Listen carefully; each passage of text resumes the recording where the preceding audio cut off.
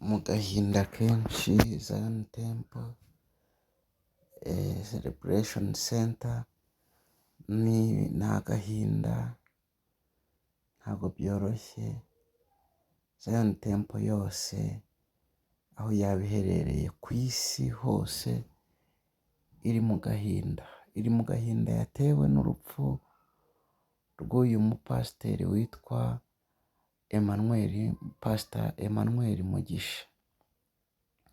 Ariko kandi nitugera ku cyo bita agahinda uyu Pastor Emmanuel akomeje gutera Zion Temple, iyo bigeze kuri Dr. Paul Gitwaza we ari mu gahinda gakomeye cyane. Buriya umukristo aba ari umwana w'umushumba, ariko kandi buriya ntabwo yari umukristo we gusa, cyangwa se yari umwe mu bari bafatanije umurimo w'Imana, ahubwo yamufataga nk'umwana we. Uyu Dr. Paul Gitwaza rero akimenya iby'uburwayi cyangwa se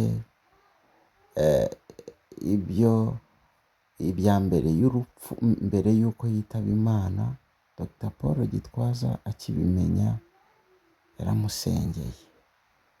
aramusengera kubera yuko yabaye uw'umumaro muri Zion Temple. Ibaze kugera ku rwego rwo kujya guhagararira Zion Temple mu Bwongereza muri Kingdom, ariko kandi yakoze umurimo ukomeye cyane mu kugarura abantu kuri Kristo, ndetse no mu ivugabutumwa ku bataramenya Kristo. Byaje kuba biba bibi rero, yaje kuba yitaba Imana. Byagenze gute? Ikaze nanone bakunzi ba Nebero Nshya, reka tubonereho umwanya wo gushimira wowe wakoze subscribe, kandi nawe utarayikora dukomeje rwose kukwembeta ndetse no kukwinginga kugira ngo uyikore, kugira ngo tujye tubana mu biganiro bigiye bitandukanye. Yego, nk'uko byagaragaye mu butumwa Dr. Paul Gitwaza yakurikije uyu muvandimwe, cyangwa se uyu bari bafatanije umurimo w'Imana, Pastor Emmanuel Mugisha, aho yamukurikije amagambo yo muri Bibiliya agaragaza yuko Imana yakoreye izamuhemba, ikindi kandi anagaragaza yuko yakoze imirimo myiza, kandi imirimo myiza yakoze igiye imuherekeje. Nk'uko nabikubwiye haruguru rero, uyu mugabo uri kureba wa marinete yitwaga Emmanuel Mugisha, akaba yari umupasiteri muri Zion Temple. Wibutse yuko Zion Temple iri ku isi hose, ariko kandi umuyobozi wa Zion Temple ku isi hose akaba ari Dr. Paul Gitwaza. Uyu Dr. Paul Gitwaza rero, umuyobozi wa Zion Temple ku isi, ari mu gahinda yaje kubaterwa n'urupfu nakwita urw'umwana we. Buriya abakristo ndetse n'abari munsi y'amavuta y'umushumba bose aba ari abana b'umushumba. Ibyo ngibyo ndibaza yuko ariko bimeze. Uyu rero Pastor Emmanuel, Dr Paul Gitwaza yamubonyemo impano. Yaje kumubonamo impano yo guhugura ndetse n'iyo kwigisha n'izindi. Ubwo ngubwo haba harimo no kurera ndetse harimo no gushumba. Dore yuko buriya muri domene yose hari umuntu uba ufite ijisho ryo kureba. Uyu rero Dr Paul Gitwaza afite impano yo kumenya umuntu impano zimurimo.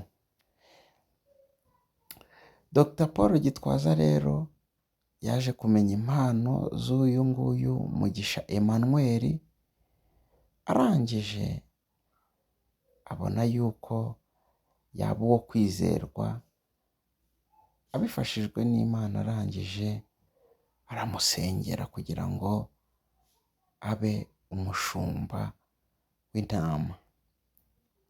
Kera kabaye rero yaje kuba ashingwa umurimo w'Imana cyangwa se guhagararira Zion Temple mu Bwongereza. Amakuru avuga yuko ageze mu Bwongereza yitwaye neza, yakoze umurimo yari yahamagariwe gukora. Akora imirimo myiza muri bene se, akora imirimo myiza mu bakristo, akora imirimo myiza mu badakijijwe, avuga ubutumwa bwiza, benshi barakizwa, barizera, arabatiza, ibintu bigenda neza. Ariko kandi tumenya igihe twavukiye, ariko ntabwo tumenya itangiriro, ariko ntitumenya iherezo. Nyuma rero yaho ubuzima ntibwaje kuba bugenda neza. Dr Paul Gitwaza akimenya iby'ibibazo by'ubuzima, yagerageje amusengera kubera yuko buriya biba bibi cyane kandi bikagorana cyane gutakaza umuntu w'umumaro. Nk'umuntu rero w'umumaro muri Zion Temple yose baramusengera, by'umwihariko Dr Paul Gitwaza amwingingira Imana, aramusengera kugira ngo Imana imwongerere igihe cyo kubaho. Ariko kandi hari igihe dukunda umuntu cyane, ariko kandi Imana nayo ikamukunda cyane. Rero byaje kuba biba bibi cyane, ariko uyu Pastor Emmanuel Mugisha, aka kanya ndi kukugezaho iyi nkuru, ntabwo akiri mu isi y'abazima, yaje kuba yitaba Imana. Mu butumwa rero Dr Paul Gitwaza yamukurikije amagambo yo muri Bibiliya, aho atahwemye kuvuga yuko imirimo yakoze igiye imuherekeje. Bakoranye umurimo w'Imana muri Zion Temple, ndetse no ku bamuzi bakomeje kumuherekeresha ubutumwa bwo kumwifuriza kuruhuka amahoro, ndetse bamwifuriza kuzahura nawe mu gitondo cy'umuzuko.